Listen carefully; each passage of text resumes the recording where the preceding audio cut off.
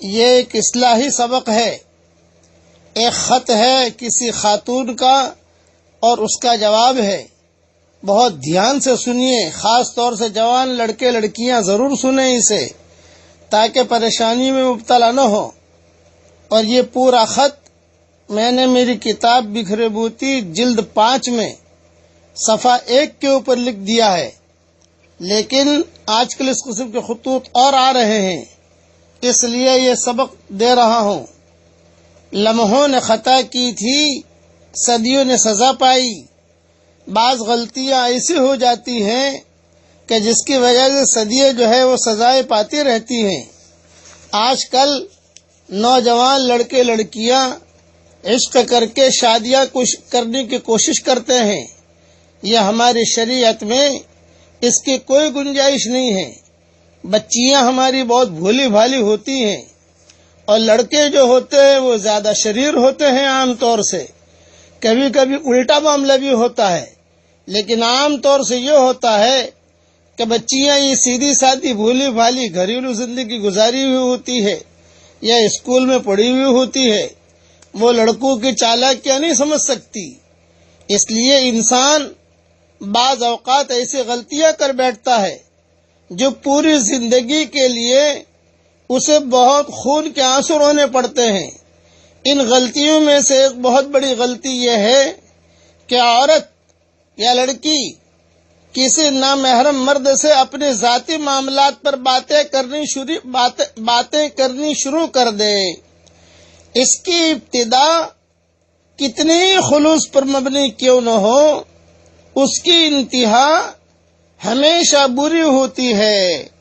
بعض لڑکیاں اپنے ماں باپ سے باتیں کرنے میں دشواری محسوس کرتی ہیں، نہیں کوئی ایسی بہن ہوتی ہے جو رازدار بن سکے، لہذا وہ اپنے کسی کزن یا سہیلی کے بھائی سے یا محلے دار لڑکے سے یا کلاس فیلو سے بات کر بیٹھتی ہے۔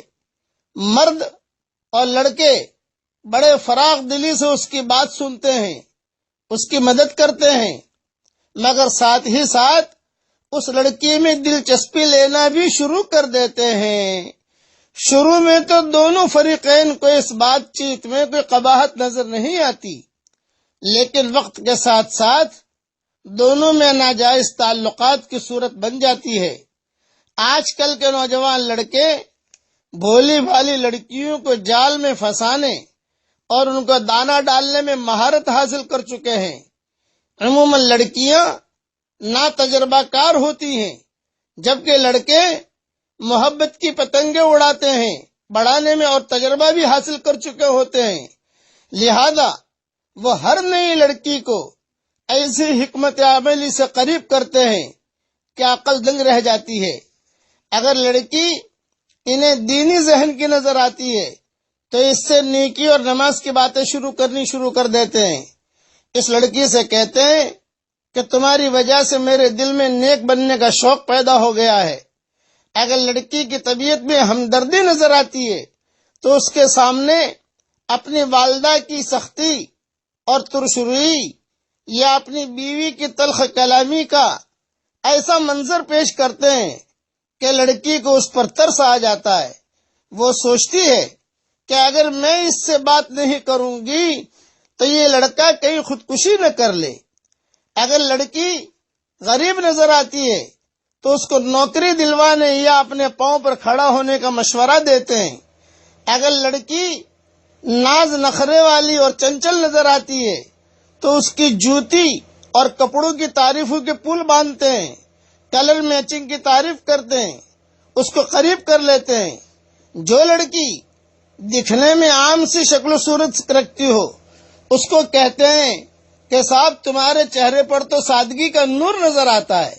جو لڑکی عمر میں بڑی ہو جائے اس کو کہتے ہیں کہ تمہارے چہرے پر بڑی معصومیت ہے۔ جو لڑکی بے وقوف نظر آئے اس کی عقل مندی کی خوب تعریفیں کرتے ہیں۔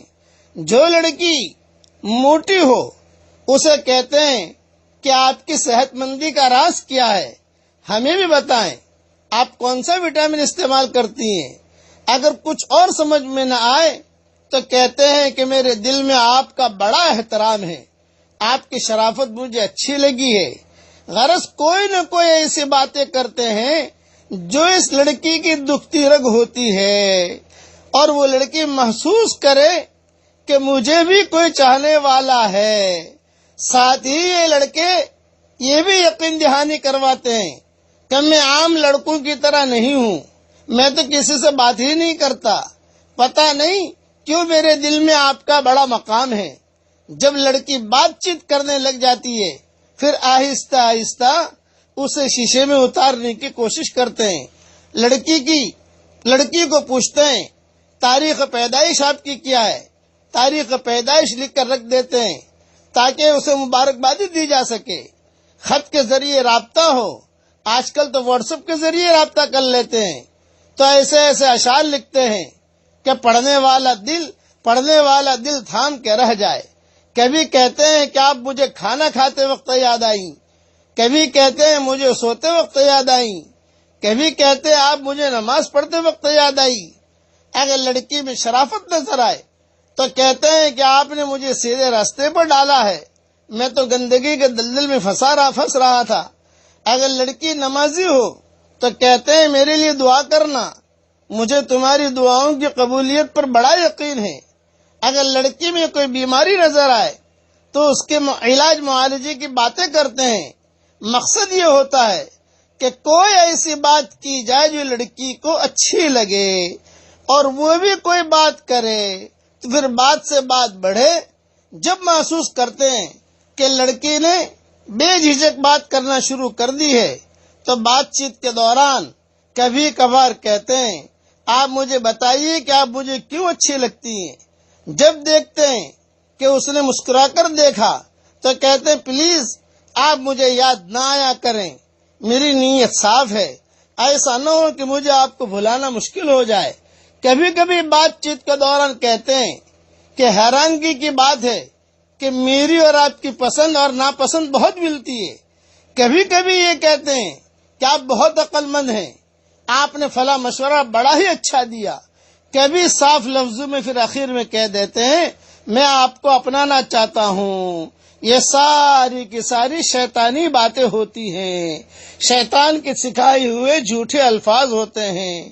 اس لیے لڑکیاں ذہن میں رکھیں، یہ میں نے مختصر بیان کیا ہے، جلد 5 میں ضروری مضمون پڑھ لیں اور اپنے آپ کی حفاظت کریں، عشق عاشقی کے چکر میں نہ پڑیں، استخارہ کرتے رہیں، ہر نماز کے بعد یہ دعا مانگ لیں اللہم احسن عاقبتنا فی الامور کلہا واجرنا من خزی الدنیا وعذاب الآخرہ۔ تو جہاں خیر مقدر میں ہوگی اللہ آپ کا رشتہ وہاں کرائے گا۔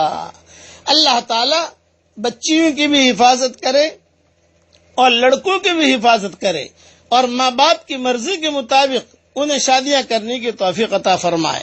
آمین آمین۔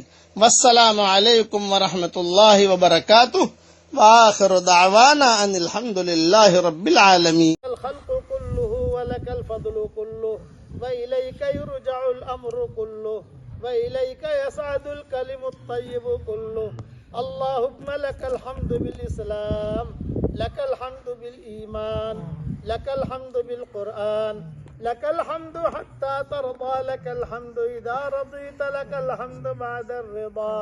اللهم لك الحمد كالذي نقول وخيرا مما نقول، لك الحمد كالذي تقول، لك الحمد في الحال ولك الحمد في المآل.